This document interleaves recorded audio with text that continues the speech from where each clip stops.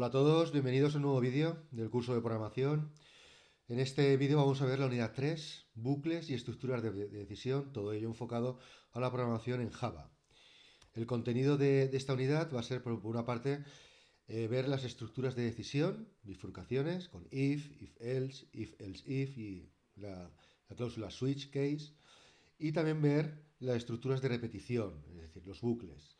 Tres formas distintas tenemos de crear los bucles en Java, que es con while, do while y con for. Es decir, que este tema, la unidad 3, hace, o de alguna forma viene a confirmar, la naturaleza del lenguaje de programación Java, como otros muchos, de que es un lenguaje estructurado, porque tiene estructuras de decisión, estructuras de repetición, para que la ejecución salga de la mera secuencialidad. Empezando con el primero de los puntos, expresiones condicionales, decir que todas las expresiones condicionales incluyen una condición que se debe de evaluar. El resultado de cualquier condición que se evalúa es o true o false, es decir, o verdadero o falso. Incluyen un operador para especificar cuál es el resultado de la condición.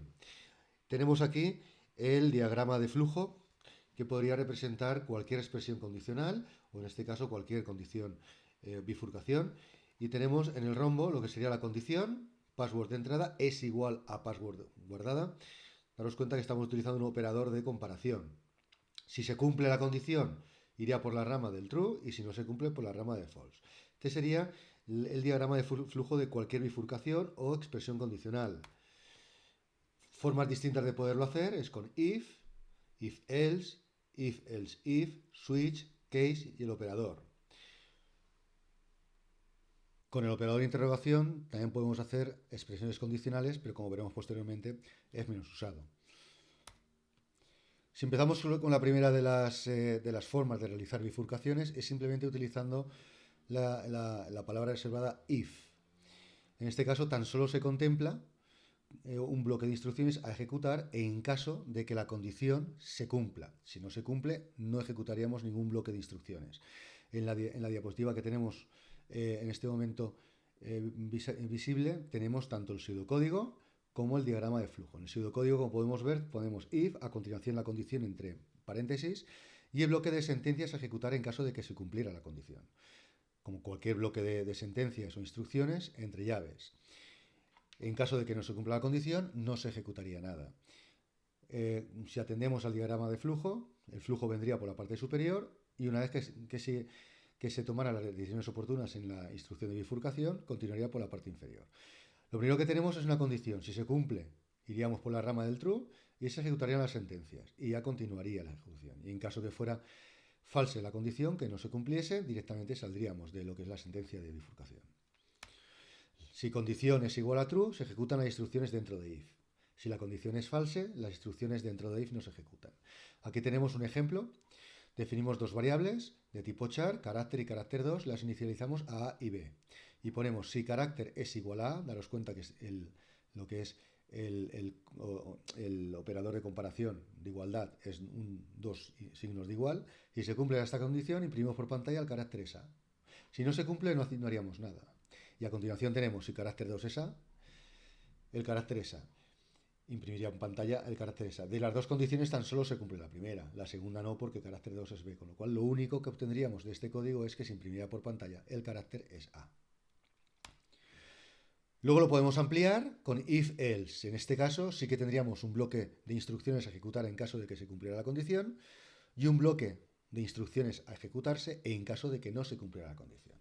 Como podéis ver en el pseudocódigo, ahí sí lo tenemos. Si condición, si es cierta, se ejecutaría el primer bloque de instrucciones, entre llaves. Si no, el else lo tenemos que leer como si no, el bloque que va a continuación del else, también entre llaves. Si atendemos al diagrama de flujo, evaluamos la condición, si se cumple, sentencia 1, y si no se cumple, la sentencia 2. Y en el caso que cuando se ejecute la sentencia 1 o la sentencia 2, saldríamos de lo que es el bloque if-else. La parte de else es opcional. Si no la ponemos, iríamos a la primera estructura que hemos visto hace 3 o 4 diapositivas, simplemente el if. Las llaves se utilizan obligatoriamente para más de una instrucción, pero es recomendable ponerlas siempre. Es decir, si tan solo tenemos una instrucción a ejecutar, podríamos no ponerla, pero con una buena práctica y se recomienda siempre poner las llaves. un bloque de código puede ser únicamente la sentencia vacía, punto y coma, que significa que no se debe ejecutar nada. Es decir, dentro de un bloque de instrucciones pues puede haber una o más instrucciones o incluso ninguna. Si la condición se cumple, que es igual a true, se ejecutan las instrucciones dentro de if. Y si no se cumplen, las instrucciones dentro del else. Y ahí tenemos un ejemplo. Definimos una variable edad de tipo entero, la inicializamos con el valor 15 y evaluamos una condición. ¿La edad es menor que 18? Sí. Pues imprimimos en pantalla, no puede salir a la hora del patio. Si no, si no, significa que no se cumple la condición, con lo cual o es mayor o igual que 18, es mayor de edad. Con lo cual puede salir e imprimiremos por pantalla. Luego podemos ir anidando if else, if else, if else. Aquí tenemos un ejemplo en el cual definimos una variable de tipo entero que es mes y la inicializamos con el valor de 5. Si el valor es 1, imprimimos enero. Si no, sí. Es 2, febrero. Si no, sí. Es 3, marzo. El else if se lee como si no, sí. Y al final del todo tenemos simplemente else. Si no es 1, ni es 2, ni 3, no sé. Luego tenemos como cuarta opción la expresión switch case, que ya adelanto que no está recomendado su uso. Y es una construcción sintáctica muy compacta para seleccionar un bloque de código a ejecutar dependiendo de un valor de una variable. Se utiliza como alternativa a instrucciones if-else enlazadas, la que hemos visto en la diapositiva anterior, y únicamente es cuando la variable a evaluar tiene valores enteros, caracteres o strings. De esta forma se comprueba que no hay duplicados y las condiciones deben de ser excluyentes. Tenemos un ejemplo. Definimos mes, lo inicializamos a 2. Switch mes significa comprobar el valor de mes. Y luego dentro, entre llaves, tenemos lo que pasaría en caso de que el valor de mes sea 1, sea 2, sea 3 o por defecto. Es decir, en caso de que no es 1, ni 2, ni 3, se ejecutaría lo que hay en default. En caso de que sea 1, imprime en pantalla enero. En caso de que sea 2, imprime en pantalla febrero. En caso de que sea 3, marzo. Y si no, el default, por defecto, no sé. Daros cuenta que cada una de este bloque acaba en brick, lo que significa que, por ejemplo, si fuera 1, imprimiría enero y saldría directamente del switch. Si no ponemos el brick, seguiría evaluando case 2, case 3, default. De esta forma, si ya es 1, si el valor es 1, ya no hace falta que evaluemos más si es 2 o si es 3. Entonces pondremos el break para salir del switch y evitar tiempo de ejecución o malgastar tiempo de ejecución. La sentencia break provoca la finalización de la sentencia condicional. Si no, que es lo que estaba comentando hace un momento. Si no aparece, el código siguiente continúa ejecutándose. Si no se incluye, deberíamos de introducir un comentario para informar. El break del default es redundante, es decir, el que se coloca al final del todo. Aquí tenemos otro ejemplo. Podemos comprobar el valor de mes. Si es 1, o 3, o 5, o 7, u 8, o 10 o 12, días es igual a 31. Y ahí acabamos, con brick. En caso de que sea 4, o 6, o 9, u 11, días es 30. Y ahí acabamos. En caso de que no sean los anteriores, será 2, es decir, febrero. Que si es bisiesto tendrá 29 días y que si no es bisiesto tendríamos 28 y ahí acabaríamos. Y en caso de que el valor de mes no esté comprendido entre el 1 y el 12, pues evidentemente hemos introducido un mes incorrecto y días lo igualamos a 0, que podría ser una solución. Aquí tenemos otro uso más. ¿Directrices para elegir una u otra? Pues iremos aprendiendo conforme se vayan haciendo códigos, conforme vayamos utilizando bifurcaciones, veremos rápidamente cómo utilizar if o if-else o if-else anidados. Pero bueno, como resumen, simplemente pondríamos if, tan solo tenemos un bloque de instrucciones a ejecutar en caso de que se cumpla la condición. Si también tenemos un bloque de instrucciones a ejecutar en caso de que no se cumpla, pondríamos if-else. Y en caso de que tengamos distintas opciones, las anidamos. Luego las instrucciones case se utilizan cuando se dispone de una lista de valores posibles, como en el ejemplo que hemos visto hace un momento de mes, que tenemos una lista de valores posibles que va del 1 al 12. Pero como bien dice aquí en rojo, se debe de evitar su uso y posteriormente hablaremos de las posibles alternativas, que las alternativas siempre pasan por utilizar if, if-else. Luego, para terminar, tenemos el operador interrogación, que es muy poco usado, pero Java lo tiene, y es cuando queremos asignar a una variable un valor dependiendo de una condición. Aquí tenemos la sintaxis básica, que sería la condición a evaluar, Y en caso de que se cumpla, se le asignará a esa variable el valor 1, y en caso de que no se cumpla, se le asignará a la variable el valor 2.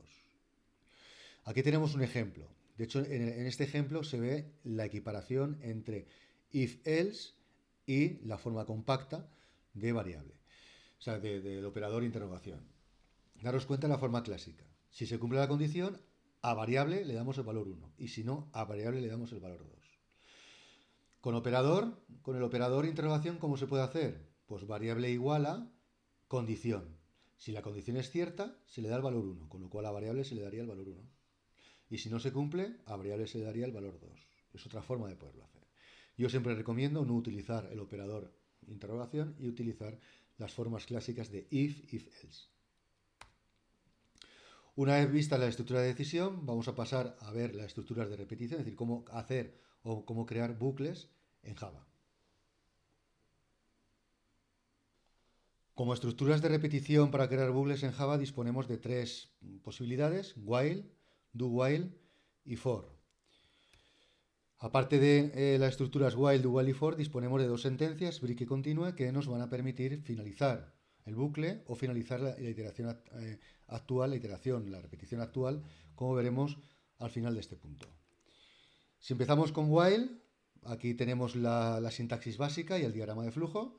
Se evalúa la condición que nos va a permitir seguir ejecutando el bloque de instrucciones al principio, con lo cual es posible que nunca se ejecute ese bloque de sentencias. Y si atendemos al diagrama de flujo, vendría flujo por la parte superior, se evalúa la condición. Si es cierta la condición, ejecutaríamos el bloque de sentencias, se volvería a evaluar la condición y así de forma sucesiva hasta que la condición no se cumpla. Ejecuta el código del bucle únicamente si la condición se evalúa a verdadero y se repite hasta que la expresión sea falsa. Se ejecuta 0 veces o más. Al evaluarse la condición al principio, cabe la posibilidad de que nunca llegamos a ejecutarlo. Y la condición de finalización se comprobará al principio del bucle. Ahí tenemos un ejemplo. Este ejemplo es un conjunto de sentencias que pertenecen a un programa superior, en el cual se pide un valor, que es n, y se calcula el factorial. La siguiente estructura que tenemos es do while. En este caso, la condición que se debe de cumplir para seguir ejecutando las sentencias o bloque de sentencias se evalúa al final, lo que nos lleva a pensar y de alguna forma a afirmar que siempre se ejecuta por lo menos una vez el bloque de sentencias. Como aparece en el diagrama de flujo, se ejecutan las sentencias y se evalúa la condición. Si es cierta la condición, volvemos a ejecutar las sentencias y así de forma sucesiva, hasta que la condición sea falsa, que saldríamos del bucle. Ejecuta el código de bucle y después se evalúa la condición. Se repite hasta que la condición sea falsa. Se ejecuta una o más veces. La condición de finalización se comprobará al finalizar el bucle.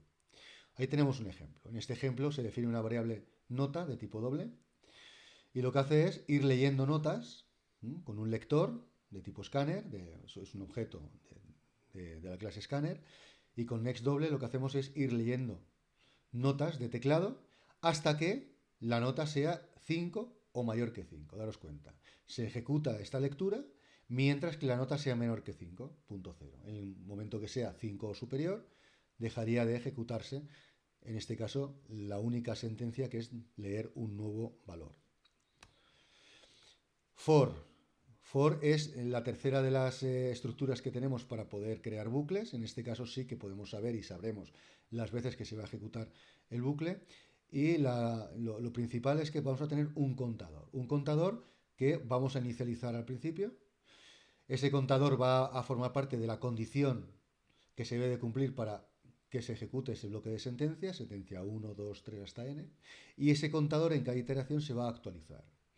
Ahí tenemos el diagrama de flujo, que vendría a ser que viene por la parte superior, se inicializa ese contador, se evalúa la condición, si la condición es cierta, se realizan las acciones y se actualiza el contador, y así de forma sucesiva hasta que la condición sea falsa. Se utilizan cuando conocemos el número de veces que queremos que se repita la ejecución del código. Vamos a ver el primero de los ejemplos. Definimos un contador llamado i, de tipo entero, lo inicializamos a 0. Se ejecutará las instrucciones que hay dentro del bloque, mientras que el contador i sea menor que 10. En el momento que sea 10 o superior, dejará de ejecutarse. Y en cada iteración hacemos i más, que vendría a ser lo mismo que i igual a i más 1, es decir, incrementamos en 1 el valor de i. ¿Y qué hacemos en cada iteración? Imprimir el valor de i.